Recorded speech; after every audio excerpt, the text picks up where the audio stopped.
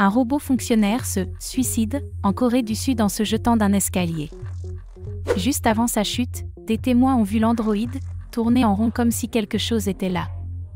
Une enquête est en cours. On ne rigole pas avec la vie des robots en Corée du Sud. Une enquête a été ouverte par la mairie de Gumi après qu'un robot employé comme fonctionnaire municipal a été retrouvé inerte en bas d'un escalier vers 16 h jeudi 20 juin.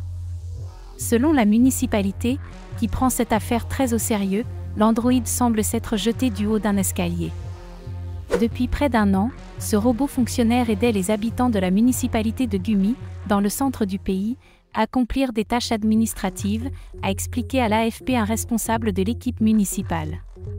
Juste avant sa chute, des témoins ont vu le robot tourner en rond comme si quelque chose était là, a ajouté le responsable, selon lequel la cause de l'incident fait l'objet d'une enquête pour déterminer les raisons de cette chute. Des pièces ont été collectées et seront analysées par la société l'ayant conçu, a-t-il ajouté.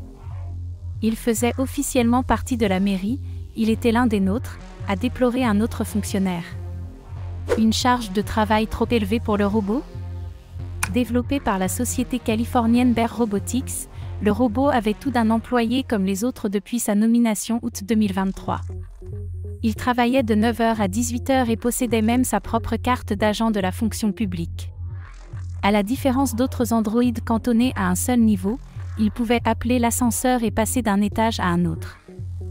La presse locale s'est emparée du sujet, déplorant le premier « suicide » de robots dans le pays, avec certains titres se demandant en première page pourquoi ce fonctionnaire assidu a agi de la sorte, ou si le travail était-il trop dur pour le robot. La Corée du Sud compte parmi les pays férus de robotique. Elle possède la plus forte densité de robots au monde, avec un androïde pour 10 employés, selon la Fédération internationale de la robotique. Le conseil municipal de Gumi a déclaré qu'il n'envisage pas pour le moment d'adopter un deuxième officier robot.